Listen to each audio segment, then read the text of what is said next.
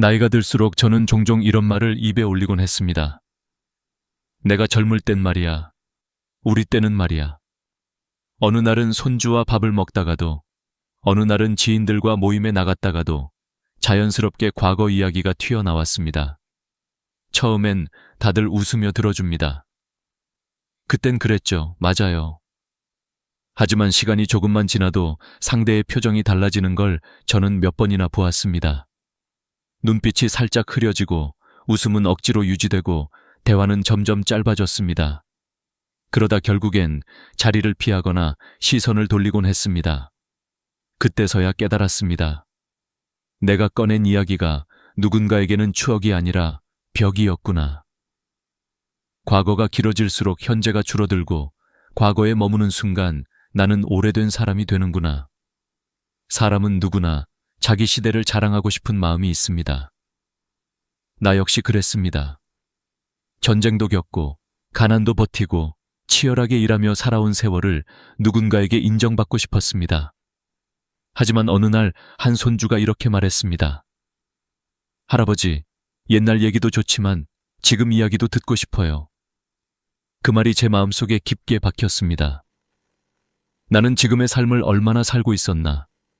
젊은 날의 추억만 붙들고 내가 살아가는 시대를 놓치며 살고 있었던 건 아닐까. 과거에 갇힌 사람은 늙어 보이고 현재를 사는 사람은 젊어 보인다는 말이 있습니다. 저는 그 말의 뜻을 늦게야 이해했습니다. 과거는 아름다울 수 있지만 그곳에 머무르는 순간 나는 더 이상 앞으로 나아가지 못했습니다.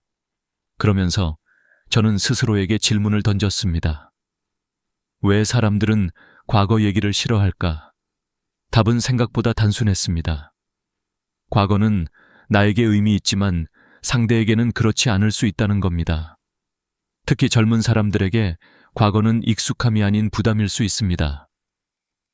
손주는 스마트폰으로 공부하고 딸과 아들은 지금의 경제 속도를 따라가고 세상은 예전과는 완전히 다른 방식으로 흘러갑니다. 그런데 내가 우리가 맞다, 예전이 맞다고 고집하는 순간 대화는 즉시 현재에서 끊어집니다. 그 끊어짐이 쌓이면 서로의 마음도 멀어지게 됩니다. 결국 과거는 내가 붙들고 있는 동안 현재를 잃게 만드는 그림자가 되었습니다. 저는 어느 날 우연히 들은 말 한마디에서 큰 깨달음을 얻었습니다. 과거는 추억으로 남기면 빛나지만 삶의 중심이 되면 짐이 된다. 정말 그렇습니다. 과거를 이야기하는 건 나쁜 일이 아닙니다. 하지만 과거에 갇히는 것은 관계를 닫아버리고 마음을 무겁게 만듭니다. 그래서 저는 조금씩 연습하기 시작했습니다. 과거가 떠올라도 굳이 꺼내지 않기, 옛날 방식이 떠올라도 지금 방식을 먼저 이해하려고 하기, 그리고 무엇보다 지금 이 순간을 보기. 처음에는 쉽지 않았습니다. 익숙한 방식이 언제나 편하니까요. 하지만 변화는 작은 결심 하나에서 시작되었습니다. 우선 저는 요즘 세상을 인정하는 연습을 했습니다.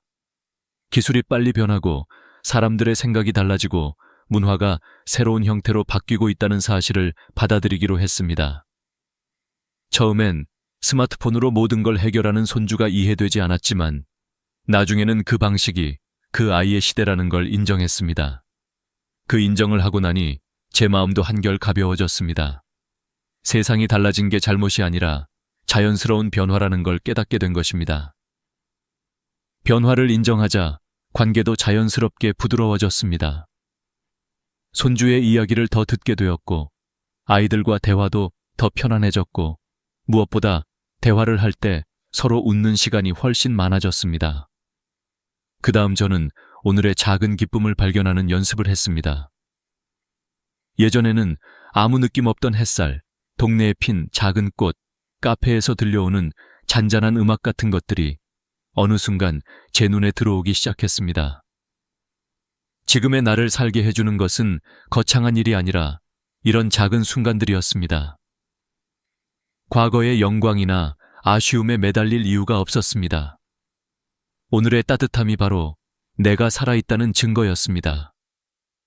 오늘을 제대로 보면 굳이 과거에 머물 필요가 없었습니다. 마지막으로 저는 미래를 준비한다는 것이 무엇인지 다시 생각하게 되었습니다. 나이가 들었다고 새로운 것에 도전하지 말라는 법은 없습니다. 작은 취미 하나라도 배우고 싶은 게 있다면 해보는 것. 새로운 길이 두렵더라도 발을 내디뎌 보는 것. 그것이 바로 미래를 여는 첫걸음이라는 걸 깨달았습니다. 과거가 나를 만들었지만 앞으로의 삶을 결정하는 것은 결국 오늘의 나였습니다. 그래서 저는 지금도 제 스스로에게 이렇게 말합니다. 과거는 내 삶의 일부일 뿐 전부는 아니다. 추억은 따뜻한 불빛처럼 남아있지만 저는 이제 그 불빛을 뒤에서 바라보고 앞으로 걸어가기로 했습니다. 나이가 들어 보이는 건 주름 때문이 아니라 마음이 과거에 갇혀있기 때문이라는 걸 저는 아주 늦게 깨달았습니다. 하지만 늦게 깨달아도 상관없습니다. 지금 행동하면 되는 것이니까요. 오늘부터 저는 과거를 꺼낼 때마다 이렇게 되묻습니다. 지금 이 순간을 살아가고 있는가? 이 질문이 저를 현재로 끌어내고 다시 나답게 살아가게 만들었습니다. 나이가 들수록 저는 입가에 가장 먼저 올라오는 말이 무엇인지 스스로에게 물어본 적이 있습니다. 놀랍게도 그것은 감사나 기쁨이 아니라 왜 이렇게 몸이 아프지? 요즘 세상은 왜 이 모양이냐? 애들은 왜 이렇게 연락이 없을까? 같은 불평과 원망의 말이었습니다. 처음엔 그것이 그냥 자연스러운 한숨이라고 생각했습니다. 하지만 어느 날 문득 제 곁에 사람들이 점점 줄어들고 있다는 걸 깨달았습니다. 누군가와 만나면 대화의 시작이 늘 몸의 통증 이야기였고, 식사를 하면 음식값이 올랐다는 불평이 따라붙고, 가족이 찾아오면 왜 늦었느냐는 원망부터 나왔습니다. 저는 그때까지 몰랐습니다. 내 입에서 나오는 그 작은 말들 하나하나가 사람들의 마음을 조금씩 밀어내고 있었다는 사실을. 어느 날 딸이 조심스럽게 말했습니다. 아빠 얼굴 보면 좋은데 자꾸 불평만 들려서 마음이 좀 무거워져. 그 말이 제 가슴을 찌르듯 들어왔습니다. 딸이 나를 피하려고 하는 게 아니라 나와의 만남이 기쁨이 아니라 부담이 되어가고 있었던 겁니다. 그동안 저는 몸이 아프다는 이유로, 나이가 들었다는 이유로, 세상이 변했다는 이유로 불만을 입 밖에 꺼내는 것이 당연하다고 생각했습니다. 하지만 불평은 나에게만 쌓이는 게 아니었습니다. 내가 만나는 모든 사람의 마음에도 조금씩 내려앉아 결국 관계를 어둡게 만들고 있었습니다. 한 친구가 이런 이야기를 했습니다. 불평은 처음엔 동정이 되고, 두 번째는 안타까움이 되고, 세 번째부터는 피하고 싶은 이야기가 돼. 이 말은 정말 사실이었습니다. 처음엔 누구라도 위로합니다. 많이 힘들었겠다. 요즘 많이 아프신가 봐요. 하지만 그 말이 반복될 때 상대는 어느 순간 깊은 피로감을 느끼기 시작합니다. 대화를 나누면 기운이 빠지고 만나면 마음이 무거워지기 때문에 자연스럽게 거리를 두게 됩니다. 결국 외로움은 어느 날 갑자기 찾아오는 게 아니라 내 입에서 나오는 말들이 하나씩 벽을 쌓아 만든 결과였습니다. 물론 불편함을 이야기하는 것이 잘못이라는 건 아닙니다. 누구나 아프고 누구나 걱정이 있고 누구나 하소연할 때가 있습니다. 하지만 문제는 불평만 남아있을 때입니다. 감정은 전달되는 법입니다. 내가 어둡게 말하면 상대의 마음도 어두워지고, 내가 계속 힘들다는 말을 반복하면 상대는 결국 힘들어집니다. 그래서 저는 내 마음을 정직하게 들여다보기로 했습니다. 나는 왜 이렇게 불평이 많아졌을까? 스스로에게 묻자 놀랍게도 그 밑바탕에는 두려움과 불안이 자리하고 있었습니다. 몸이 예전 같지 않은 것에 대한 두려움, 세상이 너무 빨리 변해 따라가지 못할 것 같은 불안, 자식에게 짐이 될까 두려운 마음, 그 감정들을 숨기기 위해 나는 불평이라는 옷을 입히고 있었던 겁니다. 그 사실을 깨닫고 난 뒤 저는 조금 다른 선택을 해보았습니다. 아픈 이야기를 할 때에도 한마디를 덧붙이기 시작했습니다. 허리가 아파서 힘들었는데 그래도 네 얼굴 보니까 살겠네. 그 한 문장이 분위기를 완전히 바꿨습니다. 딸은 미소를 지었고 손주는 제 손을 잡으며 할아버지 빨리 좋아지면 좋겠다고 말했습니다. 불평이 관계를 멀어지게 한다면 감사는 관계를 다시 붙여주는 끈이 된다는 걸 저는 그 경험을 통해 알게 되었습니다. 제가 만난 한 노신사는 항상 이렇게 말했습니다. 원망은 내 얼굴을 늙게 만들고 감사는 내 마음을 젊게 만든다. 처음엔 그 말이 단순한 좋은 말이라고 생각했지만 지금은 그 의미를 누구보다도 깊이 이해합니다. 원망은 깊어질수록 눈빛을 흐리게 만들고 목소리를 낮게 만들고 사람을 무겁게 만듭니다. 반대로 감사는 작아도 빛이 납니다. 오늘 누군가와 함께 밥을 먹을 수 있었던 것, 나를 찾아와준 가족이 있다는 것, 잠시라도 웃을 수 있는 순간이 있다는 것, 이런 작은 감사를 말하는 순간 사람들의 표정이 따뜻해지고 마음이 부드러워졌습니다. 그래서 저는 작은 실천을 스스로에게 약속했습니다.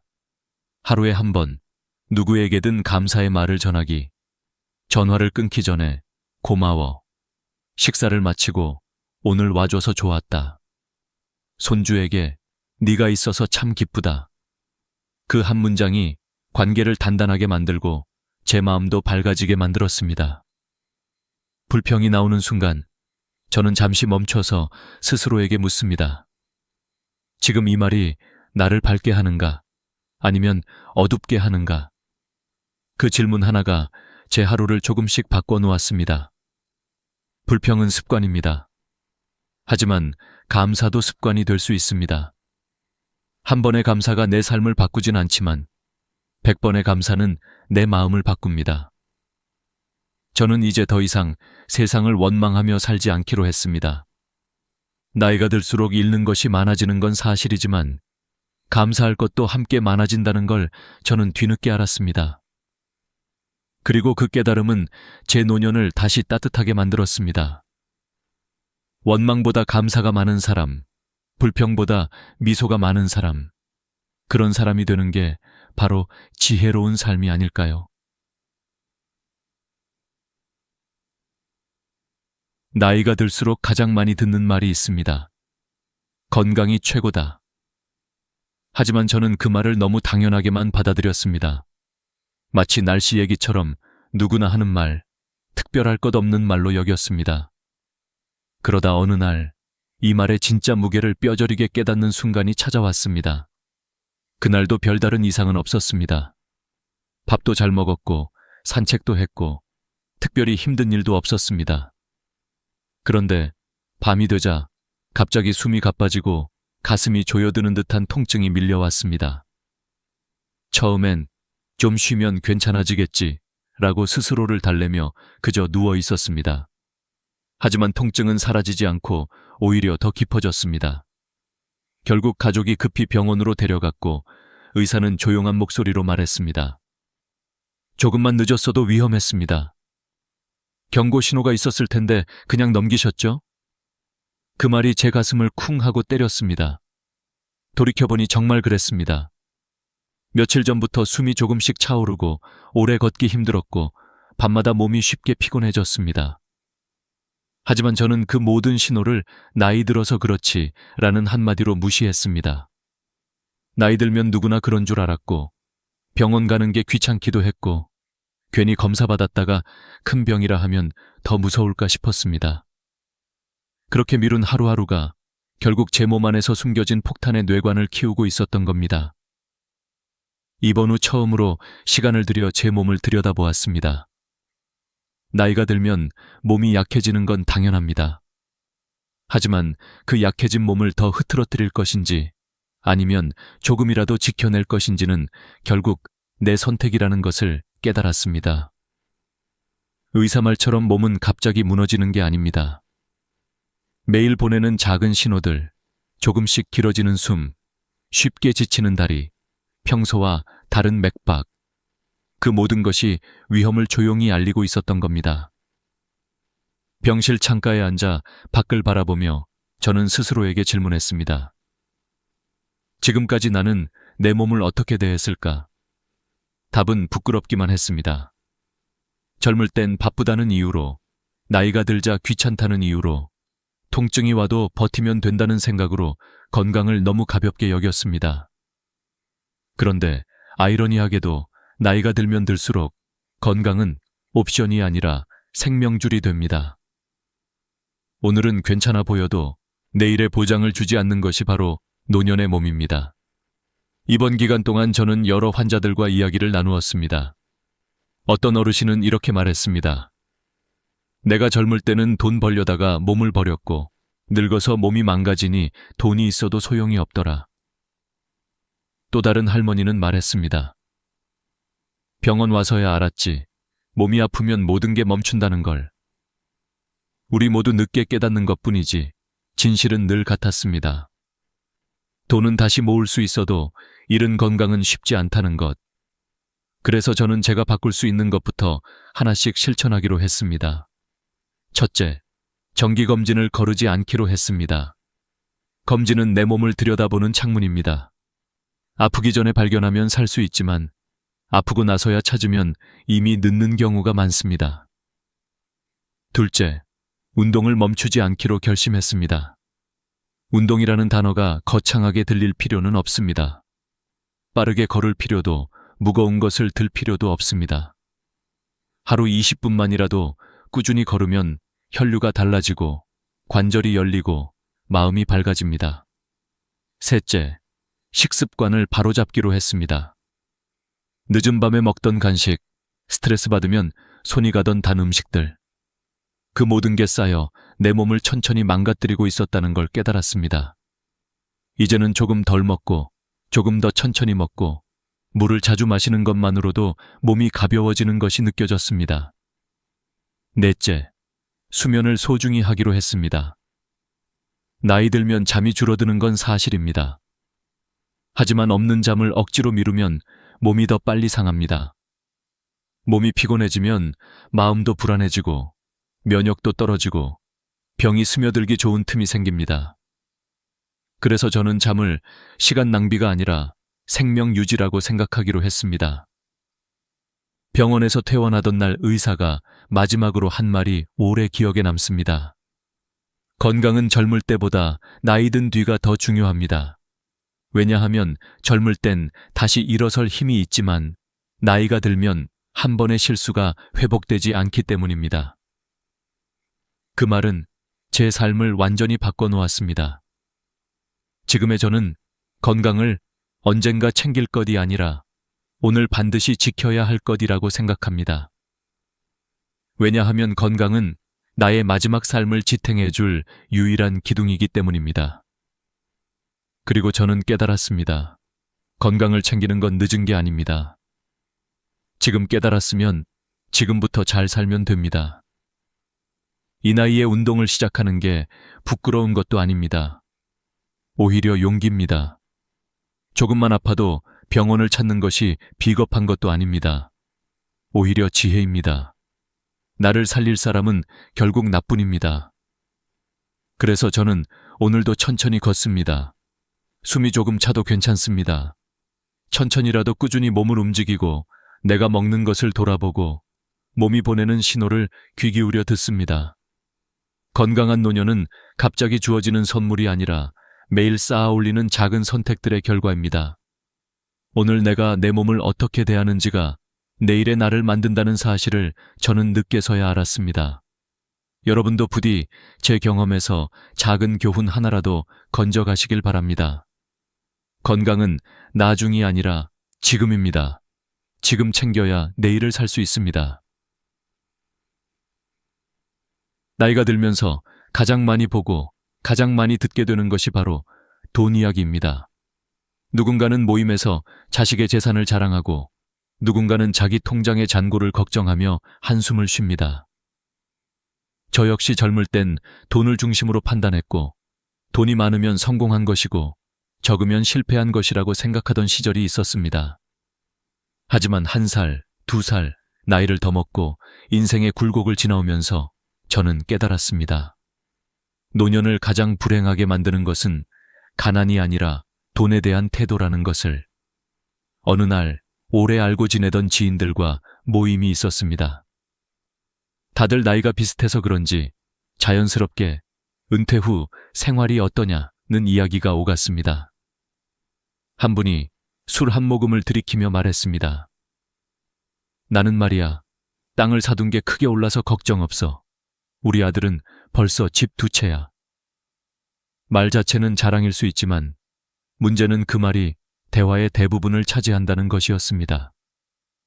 처음엔 다들 대단하시네요 하고 미소를 지었지만 시간이 지날수록 분위기는 조금씩 굳어졌습니다. 어떤 분은 조용히 물만 마셨고 한 분은 시선을 떨구며 말없이 자리만 만지작거렸습니다. 그리고 저는 깨달았습니다. 돈 자랑은 듣는 이를 작게 만들고 말하는 이를 외롭게 만든다는 것을. 가끔 이런 사람이 있습니다. 아무리 좋은 음식을 먹어도 그 자리에서 돈 얘기를 꺼내고 아무리 즐거운 시간을 보내도 결국 결론은 돈이 최고야로 끝나는 사람. 그런 사람 곁에는 어느새 사람들이 하나둘 사라집니다. 왜냐하면 돈 얘기를 반복하는 순간 상대는 나와의 시간을 비교의 시간으로 느끼기 때문입니다. 비교는 마음을 불편하게 하고 불편함은 거리를 만들고 거리는 결국 관계를 끊어 놓습니다. 그런데 반대로 돈이 적어서 집착하는 사람도 있습니다. 나는 돈 없어서 아무것도 못해. 돈이 인생의 전부야. 이 말을 입에 달고 살면 어느 순간 마음이 너무 좁아집니다. 계산이 습관이 되고 의심이 눈빛을 채우고 돈의 크기가 사람의 진심보다 더 중요해집니다. 그 결과는 어떨까요? 돈은 조금 지켜질지 몰라도 사람은 잃게 됩니다. 관계는 약해지고 마음은 더 가난해지고 결국 혼자 남게 됩니다. 저는 언젠가 한 노신사에게 중요한 이야기를 들은 적이 있습니다. 그분은 젊었을 때 돈을 벌려고 인간관계를 놓쳤고 나이가 들어선 돈을 지키느라 사람을 더 잃었다고 말했습니다. 그리고 마지막으로 이렇게 말했습니다. 돈은 잃어도 다시 벌 수 있어. 하지만 사람은 잃으면 되돌릴 수 없어. 그 말을 들은 저는 한동안 말문이 막혔습니다. 왜냐하면 그 말이 너무도 진실했기 때문입니다.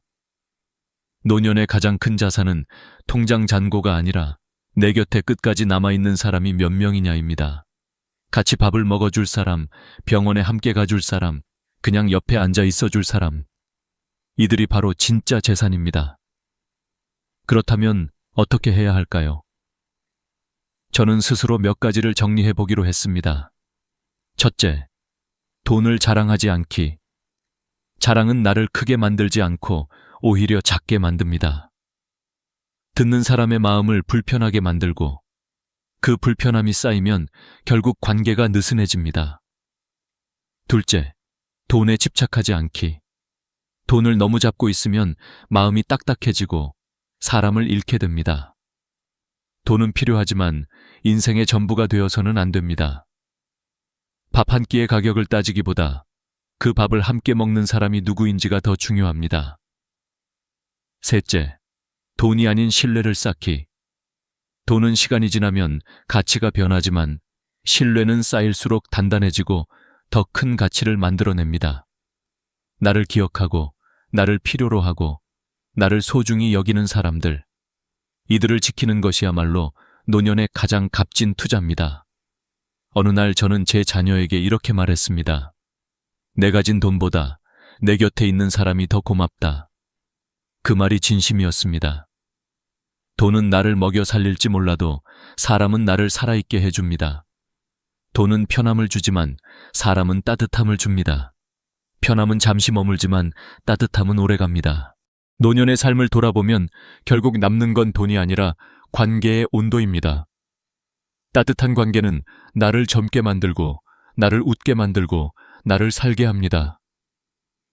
그래서 저는 이제 돈 이야기를 줄이고 고마운 이야기, 따뜻한 이야기, 즐거운 이야기를 더 많이 하려고 합니다. 왜냐하면 저는 깨달았습니다. 돈은 나눌수록 줄어들고 사람은 나눌수록 많아진다는 것. 이제는 돈이 아니라 마음을 중심에 두고 살아가고 싶습니다. 내가 남기는 마지막 기억이 숫자가 아닌 따뜻함이길 바라면서 말입니다. 나이가 들수록 자연스럽게 마음이 자식에게로 향합니다. 어릴 때는 먹이고 입히고 키우느라 하루가 어떻게 지나가는지도 몰랐고 성인이 된 뒤에는 그저 잘 살고 있는지 걱정이 됐습니다. 그래서일까요? 나도 모르게 자식에게 조언을 넘어서 간섭을 하게 되는 순간이 많아졌습니다. 그 마음의 출발은 언제나 사랑이었지만 어느 순간부터 저는 깨달았습니다. 부모의 사랑이 간섭으로 변하는 순간 자식의 마음은 다친다는 것을. 어느 날 딸과 통화를 하다가 서로의 감정이 상하는 일이 있었습니다. 저는 그저 걱정되는 마음으로 그 직장은 너무 힘들지 않겠냐, 그런 사람과 결혼하면 고생할 수도 있다 라고 말했을 뿐이었습니다. 그런데 딸은 한숨을 쉬며 말했습니다. 엄마, 내가 선택할 수 있게 좀 해줘. 그 말이 처음엔 무척 서운했습니다. 나는 평생 너만 생각하며 살았는데 어떻게 그런 말을 할 수 있나 싶었습니다. 하지만 전화를 끊고 한참을 생각해보니 딸의 말이 틀린 말은 아니었습니다. 우리는 부모라는 이름으로 자식의 인생을 걱정하지만 자식에게는 그 걱정이 때로는 간섭, 때로는 부담, 때로는 압박으로 다가갑니다. 부모는 돕는다고 했지만 자식은 통제받는다고 느낄 때가 많습니다. 저는 그때 처음으로 과거를 돌아보았습니다. 제가 젊었을 때 어떤 사람이었을까? 저도 누군가 내 인생에 간섭하면 숨이 막혔고 선택을 대신하려 들면 억울했습니다.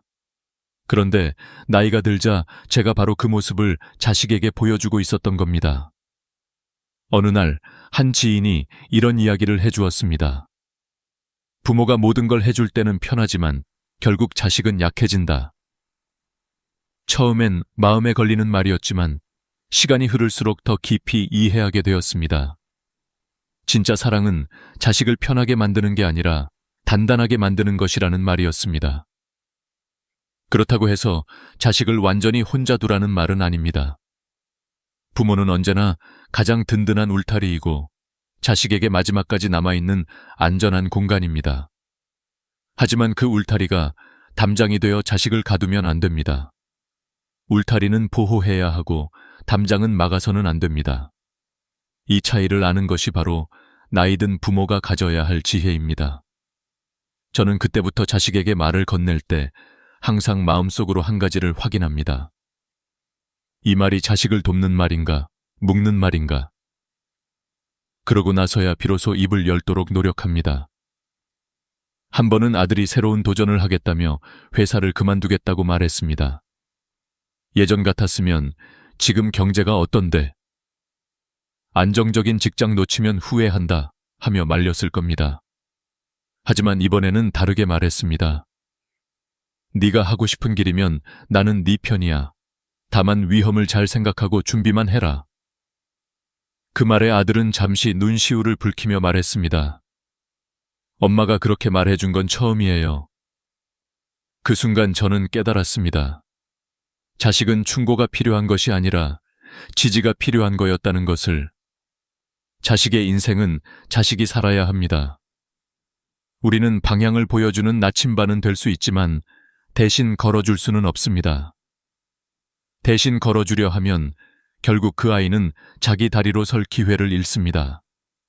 또 하나 중요한 것이 있습니다. 부모가 너무 깊이 개입하면 자식은 어느 순간 숨기기 시작합니다. 내가 말하면 잔소리할까봐, 내가 말하면 걱정할까봐, 내가 말하면 상처받을까봐. 이렇게 마음이 다치기 시작하면 대화가 줄어들고, 대화가 줄어들면 관계도 점점 멀어집니다.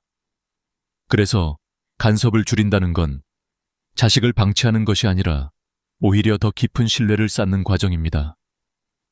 지나치게 개입하지 않는다는 것은 손을 떼는 것이 아니라 손을 펼쳐 넓게 감싸주고 필요한 순간에만 젠틀리 잡아주는 것입니다. 저는 이제야 조금씩 배워가고 있습니다. 내가 걱정할수록 자식의 날개는 작아지고 내가 믿어줄수록 자식의 날개는 커진다는 것을. 부모의 사랑은 자식을 묶어두는 끈이 아니라 날아오르게 만드는 바람이어야 합니다.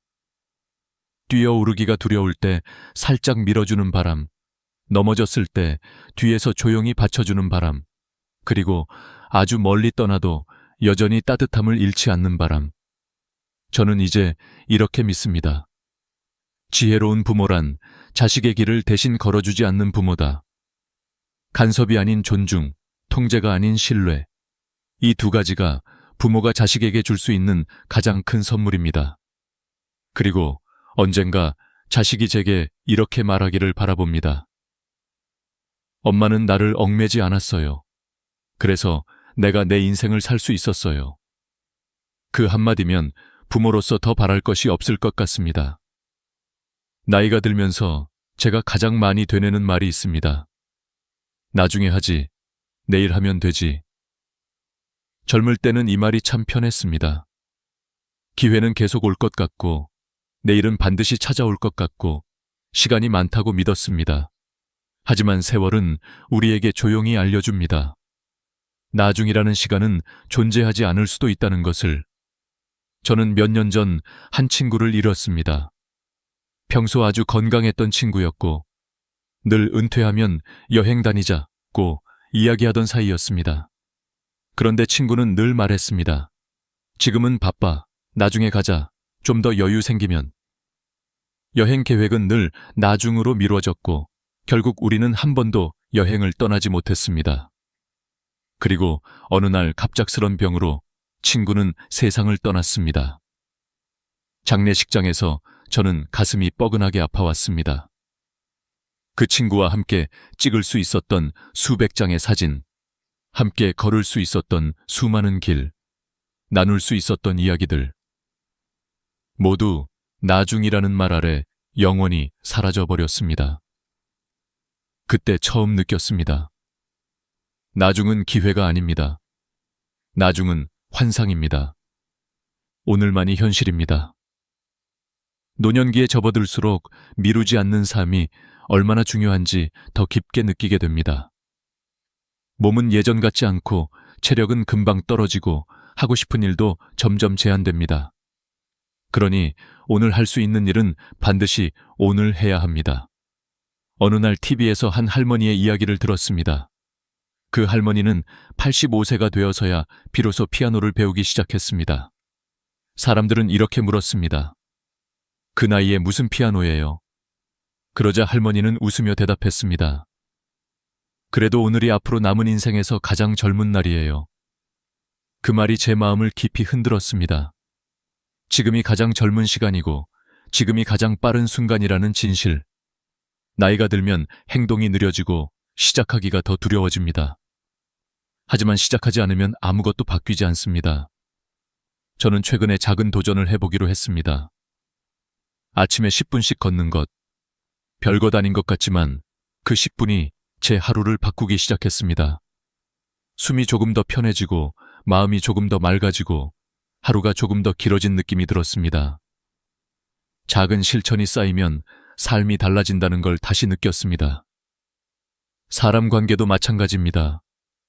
연락해야겠다고 생각해놓고 미루면 어느 날 연락하고 싶어도 할 수 없게 될 때가 있습니다. 마음속으로만 고맙다고 생각하고 미안하다고 생각하고 사랑한다고 느끼면서도 막상 말하지 않았던 그 말들을 전하지 못한 채 영원히 남기게 되는 순간이 찾아오기도 합니다. 저희 큰오빠가 떠올랐습니다. 평소 말이 없고 무뚝뚝한 사람이라 고맙다는 말도 미안하다는 말도 거의 하지 않았습니다. 저 역시 표현하지 못한 마음이 많았습니다. 그러던 어느 날 오빠가 큰 수술을 해야 한다는 소식을 들었습니다.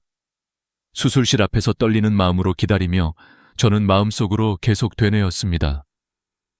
왜 나는 고맙다는 말을 한 번도 하지 않았을까?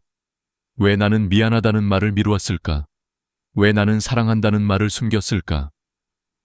다행히 수술은 잘 끝났지만 그날 저는 크게 깨달았습니다. 미루는 동안 우리는 소중한 순간을 잃고 있었던 것입니다. 그 이후로 저는 조금씩 바뀌었습니다. 전화할까 말까 고민되면 바로 전화하고, 전하고 싶은 말이 생기면 바로 메시지를 보내고, 하고 싶은 일이 생기면 바로 시작해봅니다.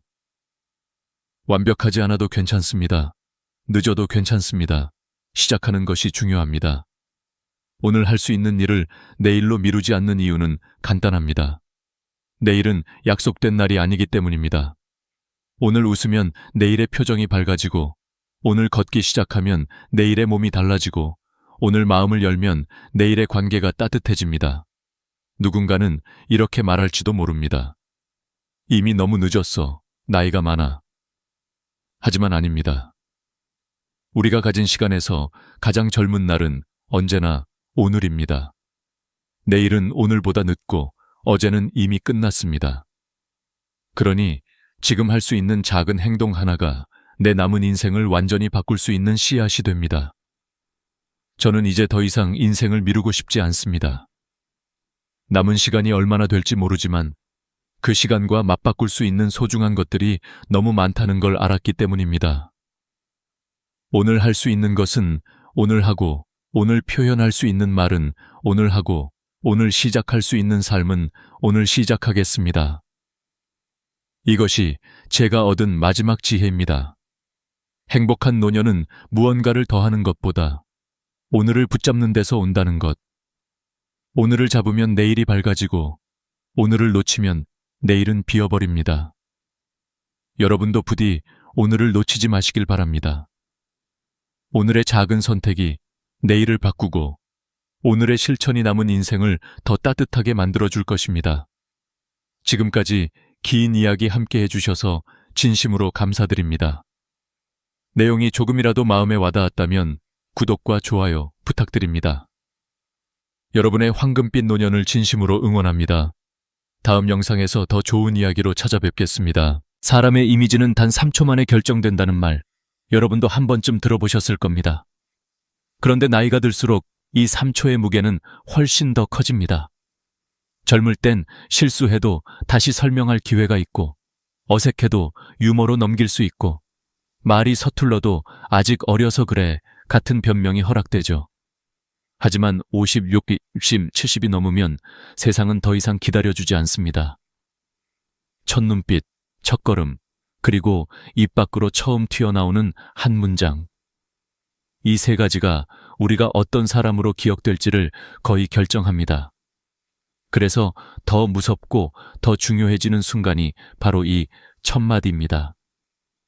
많은 분들이 이런 이야기를 털어놓습니다.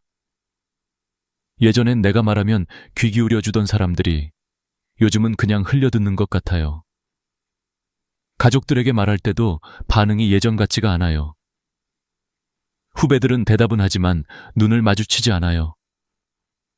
나이가 들수록 말의 무게가 떨어지는 것 같은 서운함, 씁쓸함, 그리고 어쩐지 존중이 사라진 듯한 느낌. 사실 이런 감정은 누구나 겪지만 그 원인을 아는 사람은 많지 않습니다. 사람들은 말투가 어색해서 듣지 않는 게 아닙니다. 나이가 많아서 무시하는 것도 아닙니다. 진짜 이유는 첫 3초에 마음이 열리지 않았기 때문입니다. 즉, 상대가 마음의 문을 닫은 채로 듣기 시작하면 그 어떤 좋은 말도 심장까지 닿을 수 없습니다. 그래서 첫 마디는 단순한 인사가 아니라 상대의 마음을 여는 열쇠입니다. 특히 요즘 시대는 예전과 다릅니다. 사람들이 바쁘고 스마트폰에 익숙하고 말에 쉽게 피로감을 느낍니다. 듣는 에너지가 점점 줄어들고 있기 때문에 첫 마디에서 마음을 움직이지 않으면 대화 전체가 의미를 잃어버립니다. 예를 들면 손주와 이야기할 때도 그렇습니다. 할머니가 뭔가 말하려고 하면 아이들은 이미 스마트폰을 보고 있고, 아들이나 며느리에게 조심스레 조언을 건네도 네, 알겠어요 하고 끝나는 경우가 많습니다. 하지만 같은 상황에서도 어떤 분들은 신기하게도 모두의 시선을 한 번에 끌어당깁니다. 눈빛이 따뜻하거나 옷차림이 단정해서만이 아닙니다.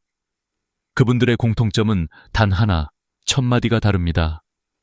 첫 마디에서 이미 상대를 감싸고 높이고 귀하게 다루는 태도가 묻어나오기 때문에 상대의 귀가 자연스럽게 열립니다.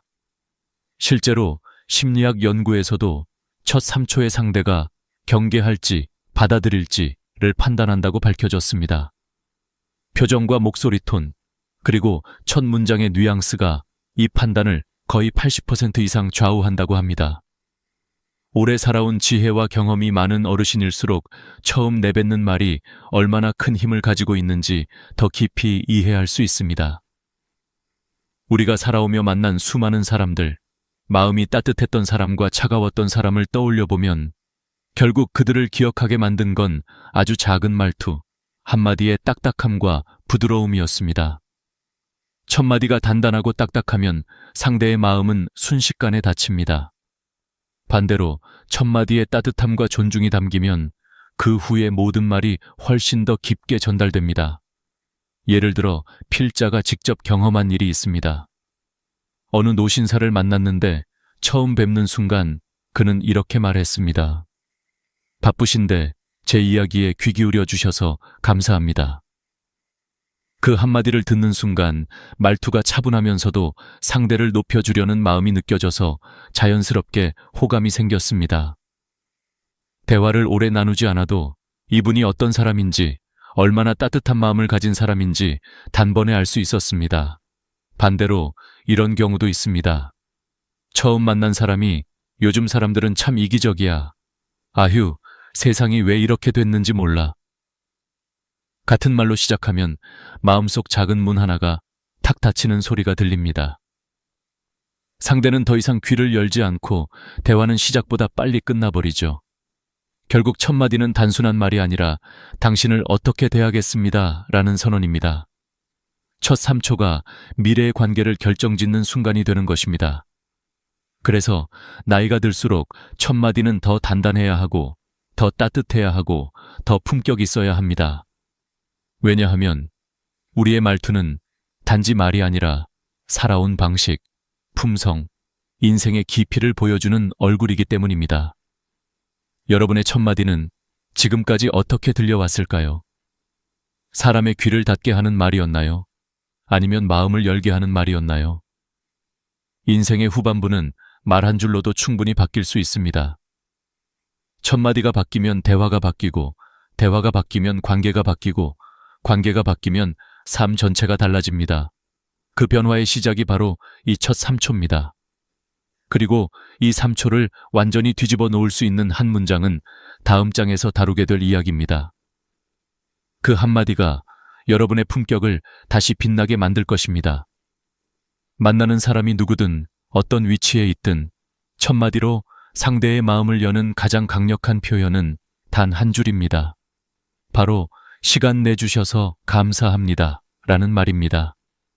이 짧은 문장은 단순한 예의 표현이 아니라 상대의 존재를 높이고 관계의 온도를 바꾸고 여러분의 품격을 한순간에 끌어올리는 힘을 가지고 있습니다. 많은 분들이 이 말을 처음 들으면 이렇게 말합니다. 그 정도 말이 무슨 큰 차이를 만들어. 하지만 실제로 이 말을 자주 사용하는 분들은 어디를 가든 사람들에게 따뜻하게 기억되고 대화의 분위기가 훨씬 부드럽고 편안해지는 경험을 자주 합니다. 왜냐하면 이 말은 누구나 알고 있지만 거의 아무도 먼저 말하지 않는 표현이기 때문입니다. 대부분의 사람들은 인사를 할 때 안녕하세요, 잘 지내셨어요 정도로 시작합니다. 물론 나쁜 말은 아니지만 상대에게 특별함을 남기기엔 약합니다. 그러나 시간 내주셔서 감사합니다 라고 말하는 순간 상대의 표정이 살짝 바뀌는 걸 느낄 수 있습니다. 그 표정에는 나를 귀하게 대해주는구나 라는 감정이 담겨 있습니다. 사람은 누구나 자신이 소중하게 여겨지고 싶어 합니다. 특히 중년 이후에는 관계에서의 인정과 존중이 무엇보다 큰 힘을 발휘합니다. 이 한 문장을 쓰기 시작하면 여러분의 말투는 이미 절반 이상 품격을 얻습니다. 이 표현이 가진 첫 번째 힘은 상대를 높여주는 태도입니다. 나이가 들수록 상대를 낮추고 조언하거나 가르치려는 말투가 자연스럽게 나오기 쉽습니다. 하지만 관계를 단단하게 만드는 건 지식을 전하는 사람이 아니라 상대를 귀하게 대하는 사람입니다. 시간이라는 건 누구에게나 공평하고 가장 가치 있는 자산입니다. 그런 시간을 내어준 상대에게 진심으로 감사한다는 뜻이 전해지면 그 순간 상대의 마음에는 따뜻한 신뢰가 생깁니다. 단순히 인사를 하는 사람이 아니라 관계를 소중히 여기는 사람으로 보이게 됩니다. 두 번째 힘은 말하는 사람의 수준을 보여준다는 것입니다. 아무 말이나 툭 내뱉는 사람보다 상대의 시간을 먼저 존중하는 사람은 자연스럽게 인품이 깊게 느껴집니다. 실제로 많은 심리학 연구에서 사람이 가장 크게 감동받는 순간은 자신이 인정받았다고 느낄 때라고 말합니다. 그리고 그 인정은 복잡한 말이 아니라 당신의 시간을 귀하게 생각합니다 라는 단순한 표현에 담겨 있습니다. 나이가 들수록 사람들은 말의 화려함보다 마음의 깊이를 더 크게 봅니다. 그 깊이가 바로 이 한마디에서 드러나는 것입니다. 세 번째 힘은 관계를 부드럽게 여는 열쇠라는 점입니다. 여러분도 아마 경험해 보셨을 겁니다. 손주가 귀찮다는 듯 갑자기 네, 알겠어요 라고 말하면 왜 그렇게 서운했는지, 혹은 자식들이 말은 들어주지만 눈을 마주치지 않을 때 느껴지는 거리감. 그런데 신기하게도 같은 사람에게 바쁜데 시간 내줘서 고맙다 라고 말하면 그 순간 분위기가 바뀝니다. 말은 단순한 소리의 전달이 아니라 마음의 교환입니다. 상대의 마음이 열려 있을 때 들어가는 말과 닫혀 있을 때 들어가는 말은 전혀 다르게 전달됩니다. 이 짧은 문장은 상대의 마음을 열어주는 열쇠 역할을 합니다. 네 번째 힘은 나의 격을 높여주는 품격의 언어라는 점입니다. 사람은 자신에게 어떤 말을 쓰느냐로 품격을 판단합니다. 같은 말을 들어도 품격 있는 표현을 자주 쓰는 사람은 마음에 오래 남습니다. 예를 들어, 제가 잘했어요 라는 말보다 덕분에 많이 배웠습니다 라는 말이 훨씬 깊고 따뜻하게 들립니다. 이는 말의 기술이 아니라 삶의 태도에서 비롯됩니다. 상대가 누구든 먼저 낮추고, 먼저 감사하고, 먼저 진심을 전하는 사람은 어디서나 존중받습니다. 나이가 들수록 이 품격의 언어는 더 큰 가치를 갖습니다. 형식적인 관계보다 진심 있는 표현을 더 중요하게 여기게 되기 때문입니다. 다섯 번째 힘은 대화의 분위기를 결정짓는 출발점이라는 점입니다. 대화는 첫 문장에서 방향이 이미 정해집니다. 가벼운 농담으로 시작하면 관계는 편안해지고, 불만이나 푸념으로 시작하면 분위기가 차갑게 식습니다. 하지만 감사로 시작하면 대화는 자연스럽게 따뜻함으로 흘러갑니다. 시간 내주셔서 감사합니다라는 말은 작은 불씨 같아서 대화 전체에 온기를 퍼뜨리는 역할을 합니다. 그래서 품격 있는 사람의 말은 끝보다 시작에서 더 많은 마음을 움직입니다. 어느 날 실제로 있었던 일입니다. 한 70대 어르신이 젊은 직장인과 만나는 자리에서 첫마디로 이렇게 말했습니다. 바쁜데 일부러 와줘서 고맙네. 요즘 젊은 사람들 시간 귀한데. 그 말 한마디에 젊은이는 바로 허리를 곧게 펴며 그 어르신을 다시 보기 시작했습니다. 처음 만났지만 그 어르신을 진심으로 존중하게 된 것이죠. 이후 대화는 자연스럽게 편안하고 깊게 이어졌고, 그 젊은이는 집에 돌아가는 길에 이렇게 말했다고 합니다. 저런 어른이 되고 싶다. 이처럼 한 문장이 사람의 마음을 바꿀 수 있습니다. 그리고 그 변화는 나이가 들수록 더 크게 작용합니다. 여러분의 말이 바뀌면 여러분을 대하는 사람들의 태도가 달라집니다. 그리고 그 시작은 이 단 한 줄의 표현에서 시작됩니다. 시간 내주셔서 감사합니다. 이 말은 여러분의 품격을 조용하지만 강하게 드러내는 가장 단순하고 확실한 방법입니다. 도움이 되는 사람, 함께 있고 싶은 사람, 다시 만나고 싶은 사람의 공통점은 무엇일까요? 화려한 말솜씨도 풍부한 지식도 아닙니다. 바로 상대의 말을 귀하게 여기는 태도입니다. 그리고 그 태도를 가장 명확하게 드러내는 표현이 있습니다. 바로 조언을 새겨 듣겠습니다 라는 말입니다. 이 표현은 짧지만 상대의 마음에 큰 울림을 줍니다. 나이가 들수록 말은 많아지고 귀는 닫히기 쉬운데, 이 한 문장은 그 고정된 틀을 부드럽게 깨뜨립니다. 상대는 이분은 나를 존중하고 내 말을 가볍게 듣지 않는구나 라고 느끼게 됩니다. 어떤 관계든 존중이 흐르는 자리에서는 마음이 열리고 마음이 열린 곳에서는 대화가 깊어집니다. 우리가 살아오며 느낀 경험과 지혜를 누구에게 전할 때 상대가 이 한마디를 해준다면 그 순간 관계의 온도가 확 올라갑니다. 바로 그 이유로 이 표현은 나이가 들수록 더욱 빛나는 말입니다. 하지만 많은 사람들이 좋은 조언을 들어도 네, 알겠습니다. 그렇군요. 정도로 대답합니다. 문제는 이런 말이 상대에게 진심으로 전달되지 않는다는 점입니다. 형식적인 인사처럼 들리고 듣긴 들었지만 크게 중요하게 생각하진 않는다는 인상을 줄 수 있습니다. 반면 조언을 새겨 듣겠습니다 라고 말하면 말의 깊이가 달라집니다. 왜냐하면 이 말 속에는 두 가지 중요한 의미가 담겨 있기 때문입니다. 첫째, 상대의 말을 귀하게 받겠다는 존중이고, 둘째, 그 말에서 무언가 배우겠다는 열린 태도입니다. 이 두 가지가 동시에 담긴 표현은 흔치 않습니다. 그래서 이 한마디만으로도 여러분의 품격은 한층 더 깊어집니다. 한 예를 들어 보겠습니다. 어느 60대 어르신이 직장 후배에게 건강을 너무 무리하지 말라고 조언했습니다. 후배는 "아, 네, 알겠습니다 라고 말하며 스마트폰을 보다가 자리로 돌아갔습니다. 어르신은 괜히 말을 꺼냈다고 느끼며 씁쓸함을 감출 수 없었습니다. 그런데 다른 후배는 이렇게 말했습니다. 선배님 말씀 조언으로 새겨 듣겠습니다. 제가 요즘 무리한 것 같아서 더 신경 써야겠어요.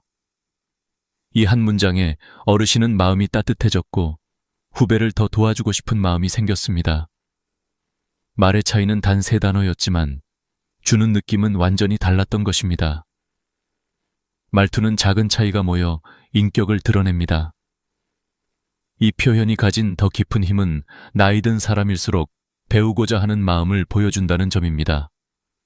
보통 나이가 들면 조언을 주는 쪽에 익숙해지고 배우는 입장에서는 점점 멀어지게 됩니다. 하지만 진짜 품격 있는 사람들은 반대입니다. 배움을 멈추지 않는 사람, 모르는 것을 인정할 수 있는 사람, 타인의 의견을 열린 마음으로 받아들이는 사람입니다. 조언을 새겨 듣겠습니다 라는 말은 바로 이런 태도를 보여줍니다. 이 말을 자연스럽게 하는 분들은 젊은 사람들로부터도 존경을 받습니다. 왜냐하면 자신을 과시하는 말보다 배우겠다는 말을 선택하는 사람은 누구에게나 호감을 주기 때문입니다. 심리학 연구에서도 흥미로운 사실이 밝혀졌습니다. 사람들은 자신이 조언한 말이 상대의 행동이나 마음에 영향을 미쳤다고 느끼면 관계에 더 깊이 투자하고 싶어진다고 합니다. 즉, 여러분이 조언을 새겨 듣겠습니다 라고 말하면 상대는 진심으로 여러분에게 관심을 더 기울이게 됩니다. 관계가 자연스럽게 더 깊어지는 것이죠. 나이 들수록 좋은 관계를 한 명이라도 더 만드는 것이 얼마나 큰 자산인지 우리는 잘 알고 있습니다. 그런 의미에서 이 표현은 인간관계를 부드럽게 지키는 매우 현명한 도구입니다. 물론 조언을 모두 받아들일 필요는 없습니다. 세상에는 다양한 의견이 있고 모든 조언이 옳지는 않습니다. 하지만 중요한 건 받아들이는 태도입니다. 태도가 예쁘면 관계는 부드러워지고 태도가 거칠면 좋은 말도 상처가 됩니다. 그건 아닌 것 같아요. 전 그렇게 생각 안 해요 라고 말하는 순간 분위기는 단단하게 굳어집니다. 반면 말씀해 주신 부분 생각해 보겠습니다. 조언을 새겨 듣겠습니다 라고 말하면 상대는 여러분을 존중하는 사람으로 기억합니다. 말의 선택은 곧 관계의 선택입니다. 이 말은 자식과의 관계에서도 큰 힘을 발휘합니다. 부모가 자식에게 조언을 할 때도 자식이 부모에게 조언을 할 때도 마찬가지입니다. 특히 중년 이후에는 자식이 부모에게 조언을 하는 순간이 점점 많아지기 마련입니다. 예를 들어 건강검진, 생활습관, 재정 문제 등에서 자식이 부모에게 조언할 때가 많습니다. 이때 알았다, 잔소리 좀 그만해라 라고 말하면 갈등이 생기지만 그래, 조언을 새겨 듣겠다라고 말하면 자식의 마음은 단숨에 부드러워집니다. 나이가 들수록 자식에게 존중받고 싶은 마음은 누구나 가지고 있습니다. 그런데 역설적이게도 부모가 자식의 말을 존중할 때 자식은 부모를 더 깊이 존중하게 됩니다. 존중은 일방적인 것이 아니라 서로를 비추는 거울과 같기 때문입니다. 일상에서도 이 표현을 사용할 순간은 정말 많습니다. 병원에서 의사에게, 모임에서 지인에게, 이웃과 이야기할 때, 심지어 가족과 이야기할 때도 언제든 쓸 수 있는 말입니다. 그리고 이 말이 쌓일 때 여러분의 이미지도 함께 단단해집니다. 말투는 하루아침에 바뀌지 않지만 작은 표현 하나가 습관이 되면 그 사람 전체의 분위기가 달라집니다. 남은 인생을 더 따뜻한 관계 속에서 더 지혜로운 말투로 살아가고 싶다면 이 표현만큼 실용적이고 품격 있는 도구는 없습니다. 사람의 마음은 복잡한 것 같지만 의외로 단순합니다. 나를 존중해주는 사람을 좋아하고 내 말을 귀하게 들어주는 사람을 신뢰하고 배우려는 사람에게 호감을 느낍니다. 조언을 새겨 듣겠습니다라는 말은 이 세 가지를 동시에 충족시키는 말입니다. 그래서 나이가 들수록 이 표현은 빛을 더합니다. 여러분의 삶은 이미 많은 경험과 지혜로 풍성합니다. 그 지혜 위에 열린 태도까지 더해진다면 여러분의 말을 듣는 사람들은 자연스럽게 여러분을 다시 보게 될 것입니다. 이 말 한마디가 여러분의 대화를 깊고 따뜻하게 만들어줄 것입니다. 사람들과 오래도록 좋은 관계를 유지하고 싶다면 반드시 조심해야 할 것이 있습니다. 바로 돈을 중심에 두는 말과 태도입니다. 나이가 들수록 돈에 대한 이야기가 자연스럽게 많아집니다. 젊을 때는 일이 많고 사람을 많이 만나니 돈 이야기를 굳이 꺼낼 시간이 없습니다. 하지만 은퇴하고 시간이 많아지고 사회적 경쟁에서 벗어나게 되면 돈에 대한 생각과 감정이 더 크게 느껴질 때가 많습니다. 그래서 어떤 사람은 모임에서 자신의 재산을 과시하는 쪽으로 흐르고 다른 사람은 돈에 대한 불안 때문에 모든 대화가 걱정과 계산으로 이어집니다. 그런데 두 경우 모두 결국 사람을 멀어지게 한다는 공통점이 있습니다. 인간관계를 오래 관찰해보면 돈을 중심에 두는 사람이 가장 먼저 외로워지고 돈을 내려놓고 관계를 우선하는 사람이 결국 주변에 더 많은 사람이 남는다는 사실을 발견하게 됩니다. 모임에서 흔히 볼 수 있는 장면을 떠올려 보세요. 누군가가 우리 아들은 집이 2채야. 이번에 땅값이 올랐는데 내가 그걸 미리 알아서. 같은 말을 할 때 처음에는 다들 대단하다고 들어줍니다. 하지만 시간이 조금만 지나면 표정이 굳어지고 그렇게 자랑하는 사람과는 자연스럽게 대화를 피하게 됩니다. 왜냐하면 사람은 비교당하면 마음이 아프고 누가 자랑을 할수록 듣는 사람의 마음은 작아지고 불편해지기 때문입니다.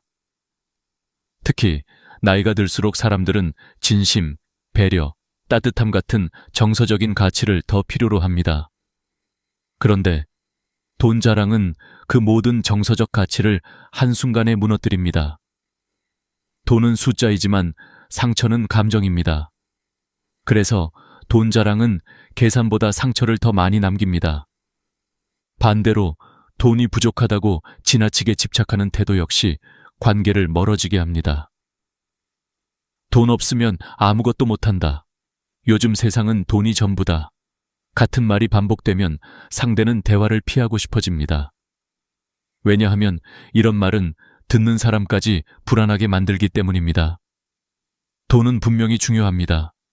하지만 돈을 중심에 두고 말하기 시작하면 삶의 균형이 무너지고 관계도 무너집니다. 한 어르신이 했던 말이 있습니다. 젊을 때는 돈을 벌려고 사람을 잃었고 늙어서는 돈을 지키려고 더 많은 사람을 잃었다. 이 말은 단순한 회고가 아니라 인생의 진실입니다. 나이가 들어서도 사람을 잃지 않으려면 돈보다 사람을 먼저 생각해야 합니다. 돈은 잃어도 다시 벌 수 있지만 사람은 한번 멀어지면 다시 돌아오지 않을 때가 많습니다. 돈에 집착하는 순간 마음은 불안해지고 불안한 마음은 말투에 드러납니다. 따라서 상대는 여러분과 대화를 하면 편안함 대신 압박을 느끼게 됩니다. 예를 들어 손주와 밥을 먹으면서 밥값이 비싸다, 이건 낭비다 라는 말을 반복하면 손주는 편안함 대신 긴장을 느끼게 됩니다. 반면 너랑 먹으니 참 좋구나, 이 시간 참 소중하다 라고 말하는 순간 손주의 표정이 바뀌고 마음이 부드러워집니다.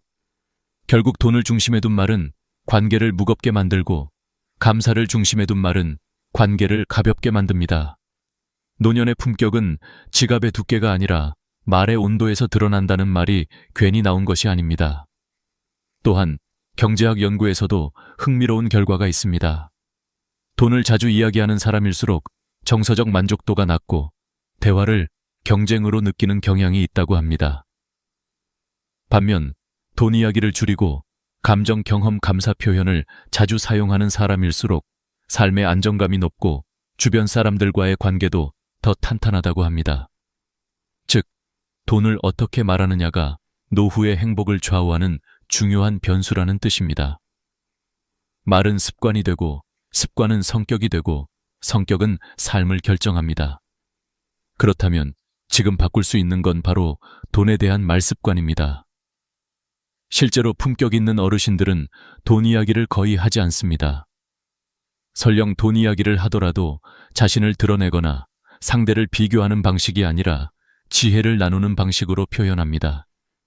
예를 들어 돈은 모을수록 편안한 게 아니라 쓸 때 가치가 생긴다, 사람이 재산이다 같은 이야기를 나누는 분들입니다.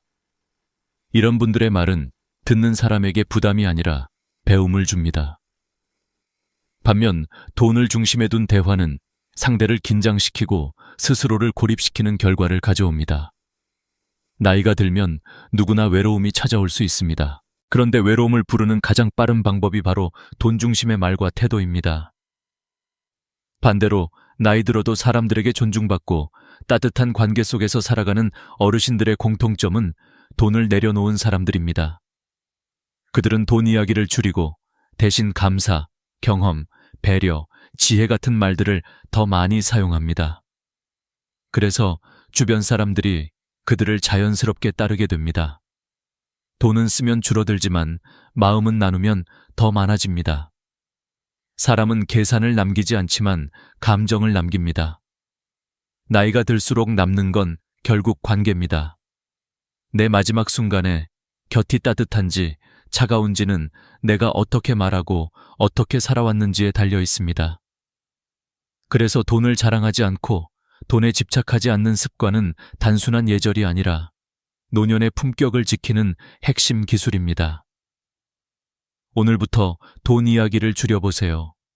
대신 따뜻한 한마디, 고마운 한마디를 더해보세요.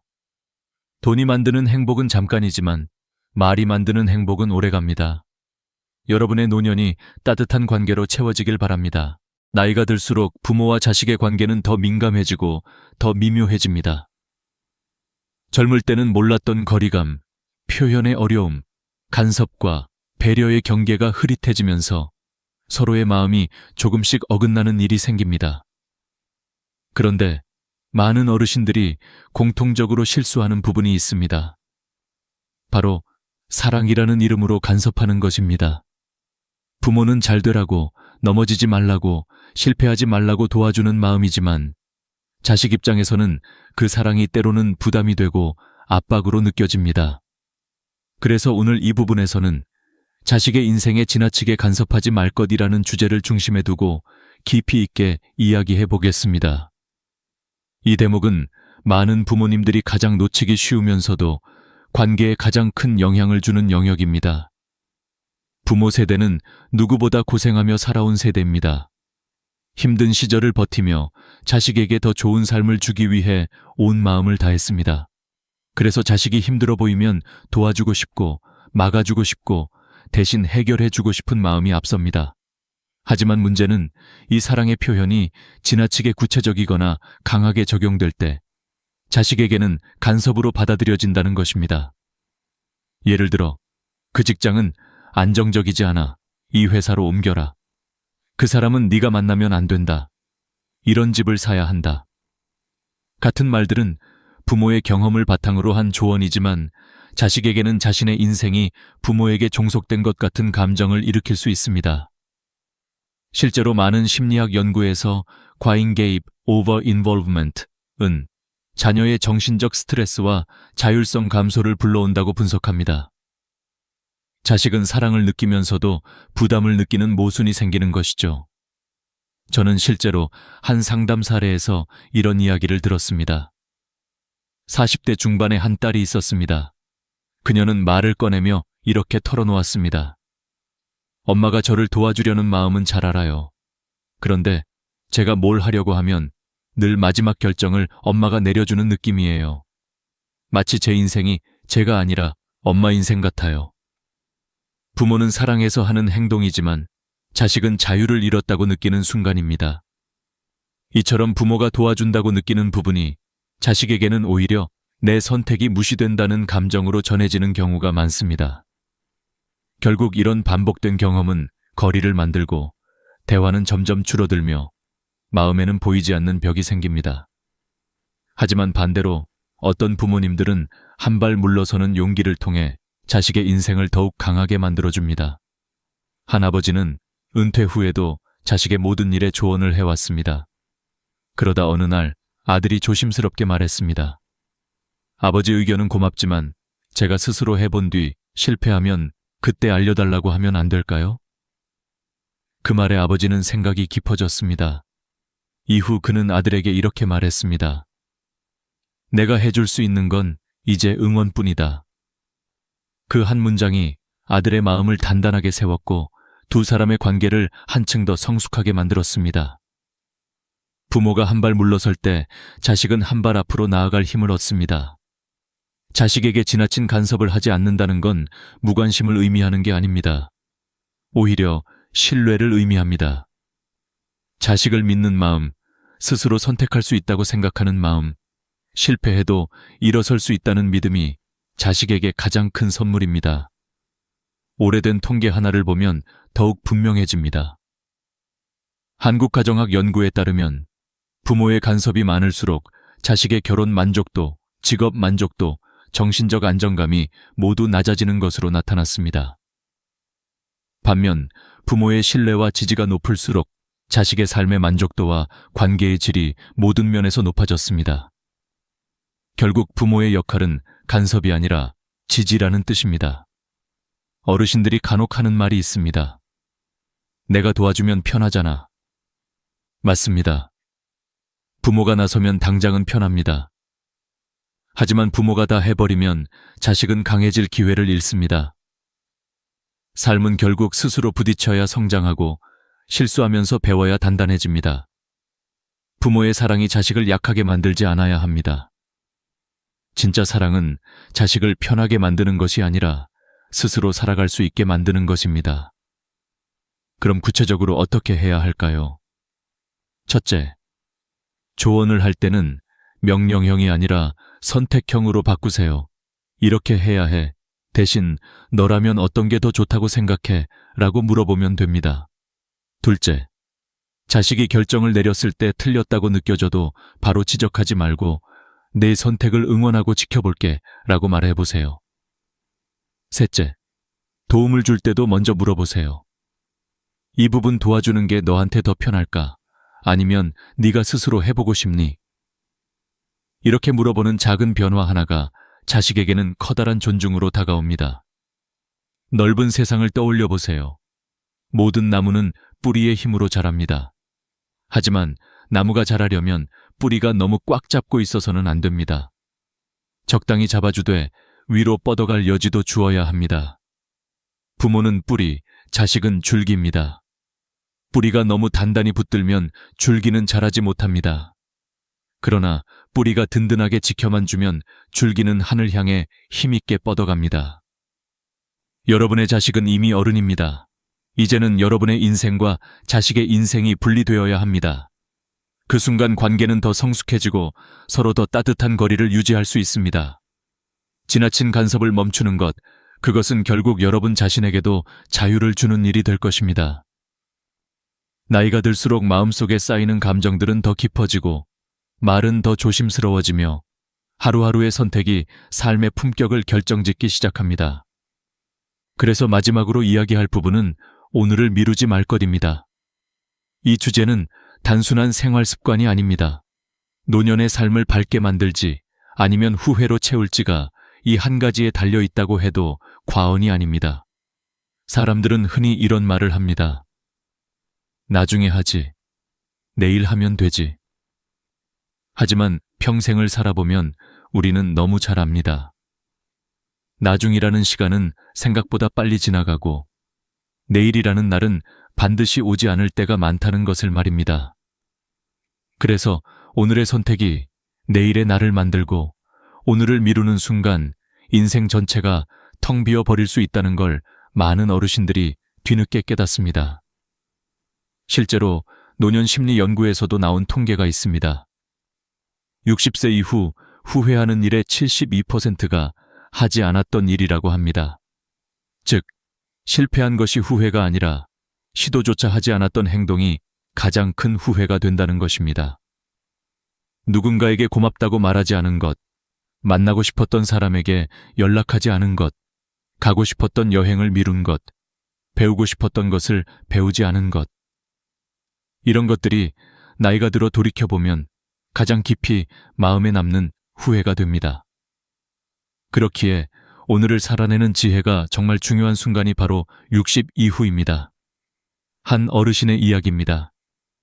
72세가 된 할아버지는 늘 해외여행을 꿈꾸며 은퇴하고 시간이 되면 가야지 라고 말했습니다. 하지만 막상 은퇴를 하고 나니 몸이 예전 같지 않아서 미루기 시작했습니다. 내년에는 가야지. 조금 더 건강해지면 가야지. 돈 좀 더 모이면 가야지. 그렇게 몇 년을 보냈습니다. 그러던 어느 날 건강이 급격히 악화되면서 더 이상 긴 여행을 갈 수 없게 되었습니다. 의사도 장거리 비행은 위험하다고 말했고 걷는 것도 힘들어졌습니다. 그는 말했습니다. 건강할 때 갈 걸. 준비보다 용기가 먼저였는데 나는 준비만 하다 시간을 다 보냈네. 여행은 단순한 이동이 아닙니다. 하고 싶은 일을 당장 실행하는 용기의 상징입니다. 그리고 그 용기가 나중에는 나를 지켜줍니다. 사람도 마찬가지입니다. 만나고 싶은 사람에게 나중에 연락해야지 라고 미루다 보면 결국 다시는 만나지 못할 날이 오기도 합니다. 실제로 많은 어르신들이 가장 후회하는 것 중 하나가 그때 전화라도 한 통 할 걸 이라는 말입니다. 관계는 유지하려는 노력이 있을 때만 계속 이어지고 그 작은 행동이 늦어지면 인연도 멀어집니다. 오늘 생각난 사람이라면 오늘 연락하는 것이 진짜 지혜입니다. 그 한 통의 전화가 누군가의 하루를 바꾸고 나의 마음도 따뜻하게 만들어주니까요. 맞습니다. 오늘이라는 날은 단순한 하루가 아닙니다. 지금 여기에서 사는 법을 배우는 시작점입니다. 작은 행동이라도 오늘 하면 인생이 바뀝니다. 오늘 10분을 걸으면 내일의 몸이 달라지고 오늘 고맙다는 말을 하면 내일의 관계가 달라지고 오늘 웃음을 지으면 내일의 마음이 달라집니다. 반대로 오늘을 미루면 내일도 비어있고 결국 일상도 비게 됩니다.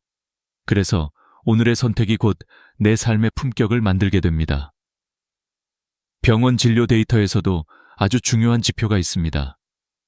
고령층의 건강지표 중 즉시 행동점수라는 항목이 있는데 오늘 해야 할 일을 바로 실행하는 사람일수록 우울감도 적고 회복력도 높으며 일상 만족도는 2배 이상 높아집니다. 그만큼 오늘 행동하는 힘은 노년에 매우 강력한 자산이 됩니다. 이건 운동이나 건강관리뿐 아니라 감정, 관계, 취미, 일상 전반에 적용됩니다. 작은 행동 하나가 마음의 활기를 되살리고 몸의 에너지를 깨우고 삶의 생기를 불어넣습니다. 오늘을 미루지 않는 삶은 결코 크고 거창한 일을 하라는 뜻이 아닙니다. 오히려 아주 사소한 것부터 시작합니다. 오늘 커피 한 잔이라도 맛있게 마시는 것, 보고 싶었던 드라마 한 편을 편안하게 보는 것, 동네를 천천히 산책하는 것, 좋아하는 음악을 틀어놓고 마음을 쉬게 하는 것. 이런 소소한 실천이 쌓이면 인생 전체가 달라집니다. 특히 노년에는 하루하루의 삶의 질이 인생의 질과 거의 동일합니다. 그러니 오늘을 가볍게 쓰지 말아야 합니다. 또한 오늘을 살아내는 법은 자기 자신을 존중하는 태도에서 시작됩니다. 내 삶의 주인이 나라는 사실을 잊지 않는 것, 내가 원하는 삶을 결정하는 것도 나이며 내게 필요한 것을 가장 잘 아는 것도 나 자신입니다. 남과 비교하지 말고, 과거에 매이지 말고, 미래 걱정에 짓눌리지 말고, 오늘의 나에게 충실한 마음이 필요합니다. 나이 들어 행복해지는 사람들의 공통점은 모두 오늘을 미루지 않는 사람들입니다. 오늘 감사하고, 오늘 움직이고, 오늘 배우고, 오늘 사랑을 표현합니다. 마지막으로 기억해야 할 것이 있습니다. 오늘을 살아내는 건 단순한 하루의 선택이 아니라 나머지 인생 전체에 대한 선언입니다. 나는 더 이상 미루지 않고 살겠다. 나는 내 인생을 지금부터 스스로 채워가겠다. 라는 다짐입니다. 그렇게 결심한 순간부터 삶의 무게는 가벼워지고 관계는 따뜻해지고 마음은 안정됩니다. 그리고 노후는 더 이상 두려움이 아니라 기대가 되는 시간이 됩니다. 여러분은 오늘 어떤 선택을 하실 건가요? 작은 것 하나라도 좋습니다. 오늘의 선택이 내일의 여러분을 바꿀 겁니다. 지금 이 순간이 바로 여러분 인생을 새롭게 쓰는 출발점입니다. 오늘을 미루지 말고 지금 시작하세요. 행동이 행복을 만들고 실천이 품격을 만듭니다.